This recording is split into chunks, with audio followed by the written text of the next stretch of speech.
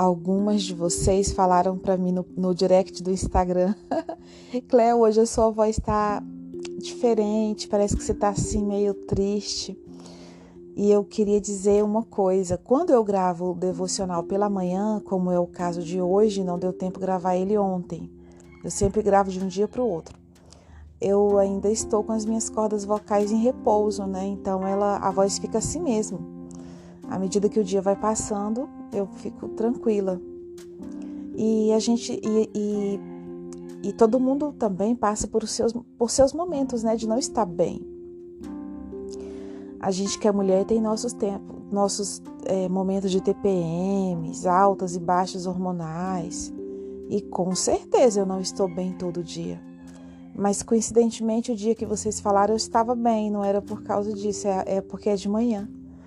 De manhã, né, a voz fica meio assim. E tá tudo bem a gente não estar bem todo dia. Eu não conheço nenhuma mulher e nenhum homem que esteja bem todo dia. Agora eu conheço pessoas que disfarçam muito bem, que não falam, que não expressam, que não, né, eu conheço. Mas a gente que tem o autoconhecimento, que procura desenvolver, meu Deus, que libertação. A gente não se pune. Olha, o autoconhecimento, ele não é para você ser perfeito, não.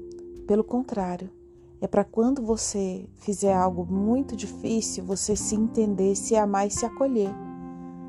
É isso que é o autoconhecimento, é libertação, é libertação. Eu não tenho que ser perfeita, eu não tenho que ser boa em tudo. Eu posso sim dizer não para as coisas que eu não quero. A gente foi criado desde criança, ensinada a aceitar as coisas, a dizer sim, dizer não, obrigada, não quero, sendo que você queria, né? Acho que eu já contei essa história aqui. Não me lembro se eu contei. A minha mãe sempre ensinava a gente: olha, quando a gente for para casa de fulano, não aceite nada. Então ela dava um lanche pra gente antes da gente sair. Era eu e meus 2 irmãos. E a gente era muito escasso financeiramente.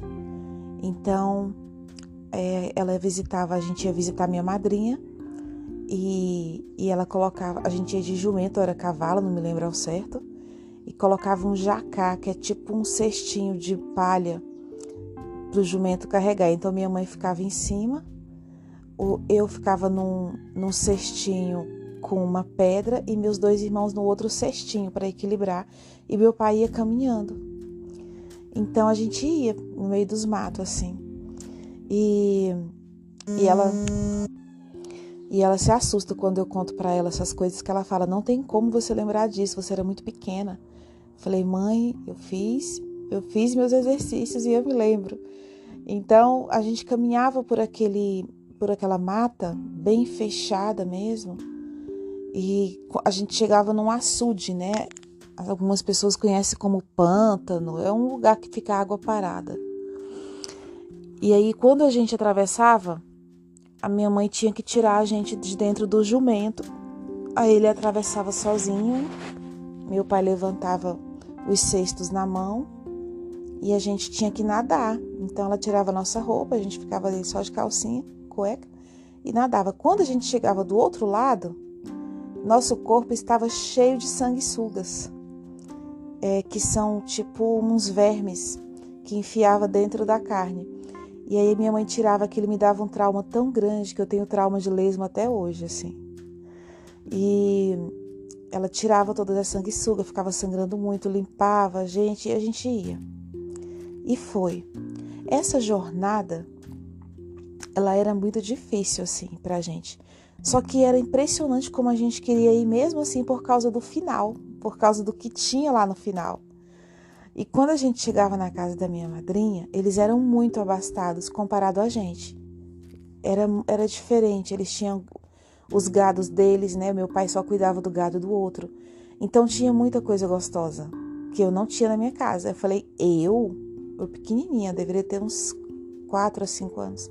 Eu falei: eu que vou ficar sem aceitar as coisas, aqui é ruim, hein?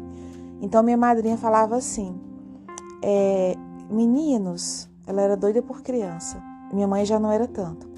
Ela, meninos, vocês vão querer alguma coisa para comer, para lanchar? Os meus irmãos olhavam para minha mãe, baixava a cabeça e balançava dizendo que não. Eu falava, madrinha, eu vou querer doce de leite com coalhada. E eu quero muito. E minha mãe olhava para mim assim e apertava os olhos, levantava os olhos.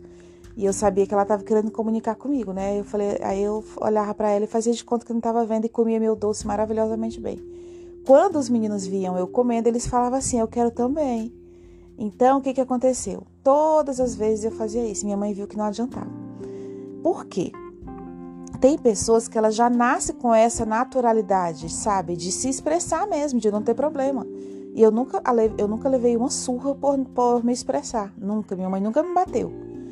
Então, quando ela falava assim, vai lá falar com fulano, senta no colo do fulano. Eu falei, eu não vou sentar no colo, eu não tô afim, não quero, mãe. Eu não quero. Aí eles olhavam espantados e falavam assim, ela deve ter algum problema. Então, minha mãe sempre achou que eu tinha algum problema. Porque não é normal uma pessoa falar o que eu falava. Ela falava, não, ela tem algum problema, eu não vou bater, porque vai ficar pior.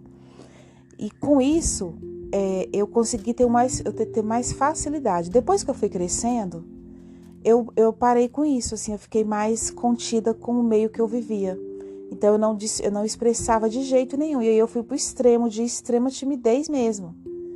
Então, na minha adolescência eu era muito tímida, tinha muita vergonha. Embora eu sempre falasse o que me perguntavam, sem nenhum medo. E quando eu fui passando o tempo, eu não teve um meu primeiro namorado, eu não consegui dizer não quando ele fazia algumas coisas comigo, eu não conseguia dizer não. E aí foi indo o tempo e eu aprendi a dizer sim, a concordar e a querer agradar todo mundo para ser aceita. E eu falei, uau, que incrível, que diferente que eu fiquei. E quando eu descobri o autoconhecimento, eu já tinha 35 anos. Hoje eu tenho 43. E então faz pouquíssimo tempo que eu sei do autoconhecimento, que eu invisto nisso. Mas até lá eu achava que eu tinha que agradar todo mundo, eu achava que tinha que ser boazinha, não incomodar. Então a gente vai passando por fases na nossa vida, a gente vai passando por momentos que nos moldam. E o ambiente, ele é muito importante. Esses dias eu estava lendo um artigo científico, não me lembro de qual foi o instituto, mas tem na internet. Um cientista, ele fez uma experiência, que ele colocou uma célula sem o núcleo. Ele pegou uma célula, tirou o núcleo da célula, ou seja, o cérebro da célula, né? E ele fez o quê? Ele colocou ela num líquido de vitaminas. Um líquido que ele alimentava de vitaminas todos os dias. Essa célula ficou viva por 2 meses, 62 dias. Ela ficou viva. Então não importava muito o que ela tinha dentro dela, mas o meio, o ambiente em que ela viveu, mostrou o quanto ela conseguiu sobreviver. Então o ambiente que a gente vive, ele vai nos moldando. Aquilo que a gente vai vendo, a gente vai querendo mais. Aquilo que você vai vendo no feed do Instagram, você vai comparando a sua vida, você vai querendo aquilo. Olha, eu acho que você nunca viu eu olhando os seus stories e nem os seus status do Instagram. Eu não olho stories e não olho status de Instagram, a não ser dos meus mentores, que eu quero saber o que eles estão falando. Aí sim, eu olho todo dia dos meus mentores, professores, somente. Não olho de celebridade, não olho da minha mãe. Minha mãe posta sempre algumas coisas, não olho. Não olho de ninguém, não tenho interesse de saber o que a pessoa está fazendo, não é da minha conta. Você não vai ver lá, Cleo visualizou seu status, não tem como, porque eu não olho. E não tem problema algum quem olha, eu só estou dizendo que eu coloco diante dos meus olhos aquilo que eu quero reproduzir, aquilo que eu quero avançar e que eu quero trazer para a minha vida. É isso que eu coloco diante dos meus olhos. Então, tem dia que a gente está bem, tem dia que a gente não está bem, e você precisa se perdoar, se acolher e entender a sua história, o momento da sua história. O dia em que você não está bem pode ser algum gatilho da infância que você passou uma escassez, e aí você viu alguma imagem, alguma coisa. Caramba, eu vi um balde que me lembrou uma situação, só que você não tem consciência disso. E o seu corpo ficou triste, você pensa que é por uma coisa de agora, e não é. Então, assim, não fique preocupado com nada disso, viu?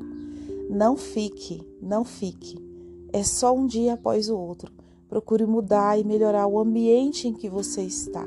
O ambiente. Quando a gente faz mentoria privada, que nem a gente vai fazer essa do Metas para 2023, a gente faz o quê? A gente coloca duplas, né? As pessoas terem amizades com outras mulheres. Então, elas chamam no privado, faz amizade e faz as dinâmicas lá.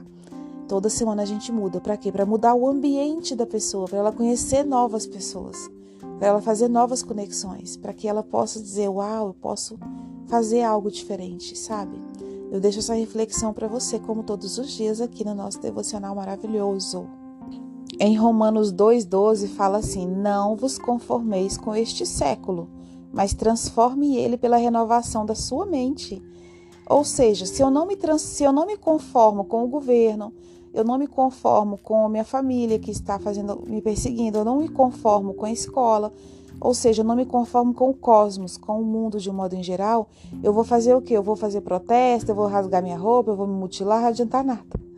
Eu simplesmente transformo a minha mente e eu consigo ver um mundo diferente e ele vai se comportar diferente para mim. É isso que vai acontecer. Então, que você possa hoje ter essa conexão. Vamos lá. Respira profundamente, agora, nesse momento. Enquanto eu faço a oração, você fica respirando. Espírito Santo, como é bom estar na sua presença mais um dia. Não porque a gente goste ou porque a gente quer, mas porque é o que tem que ser feito para a gente trabalhar nossa espiritualidade. Assim como tomar banho, escovar os dentes, nem sempre a gente quer e gosta, mas precisa ser feito. E é maravilhoso saber que todos os dias nós temos um momento contigo, trabalhando sempre o nosso corpo, alma e espírito. Nossa alma, que o Senhor possa hoje abençoar a nossa mente, vontade e emoção que compete à alma, que ela possa estar voltada para a sua vontade, que é boa, perfeita e agradável sempre.